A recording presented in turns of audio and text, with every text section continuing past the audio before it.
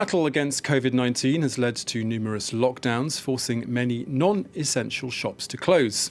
So when it comes to clothes, many of you may have bought online, or you could do what today's Perspective guest suggests and wear what you've already got. The sustainable fashion activist Orsola De Castro has just released a new book titled Loved Clothes Last, and she joins us now. Thank you very much for being with us. Thank you for asking me. You're very welcome. Now, psychologically speaking, it's all well known that buying something new can lift our spirits and make us feel special or new again.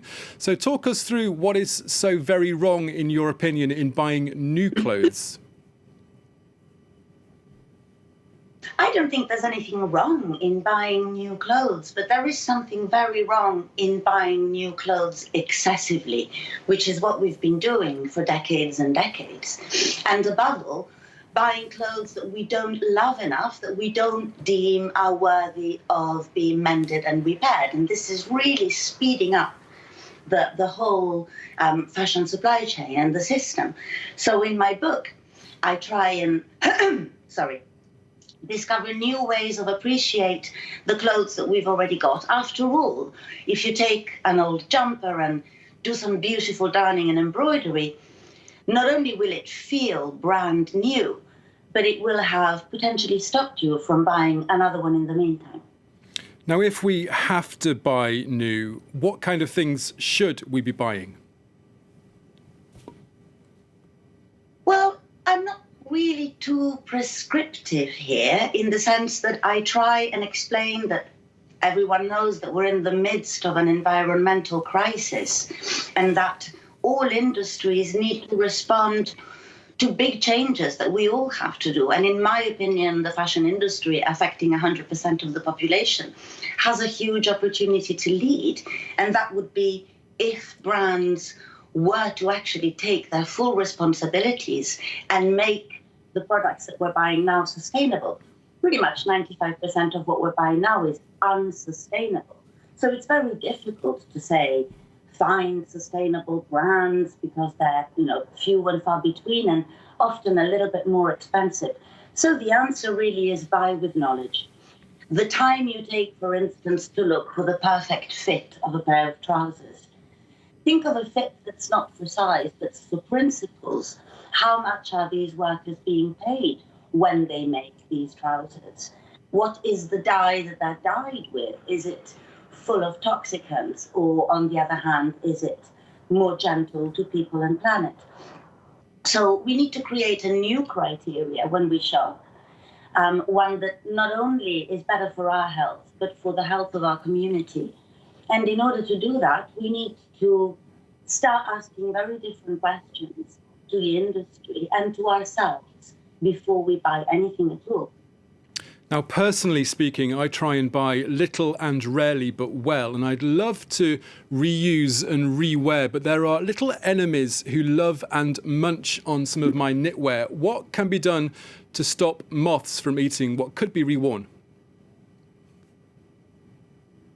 Well, my favorite, and it's in the book, it's a very old wives' tale, which is the decoy method, which is to put the moth's favorite wool, somehow isolated, in the midst of all of your woolen coats and jumpers, and you'll see that the moths will flock to the favorite wool. In the cases of my moths, South London moths like Shetland wool. But the truth is that it's about inspecting your clothes all the time. If you actually vigorously shake them, moths will find it harder to settle.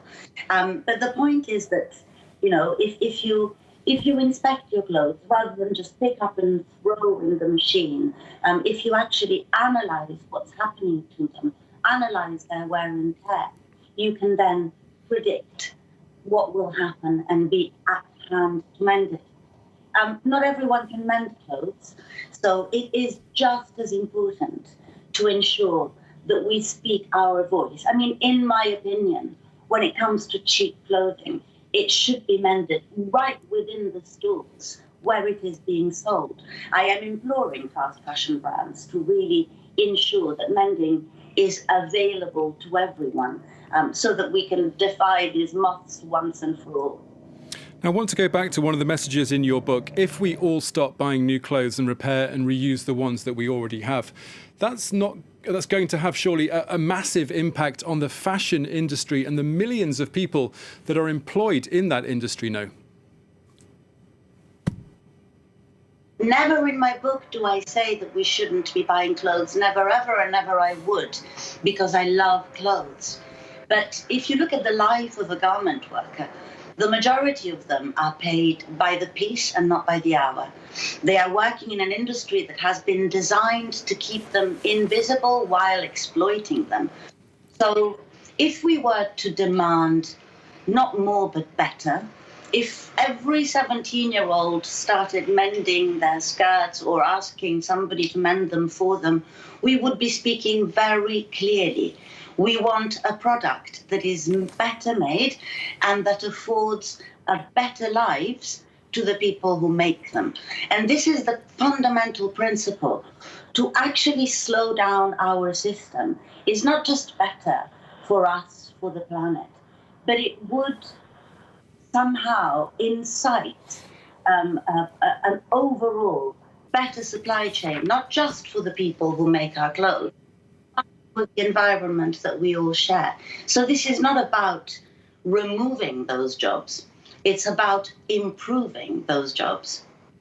Now, Orsola De Castro, before we leave you, could you perhaps give our viewers just one very quick tip that they could do very easily and very cheaply today to try and help sustainable fashion?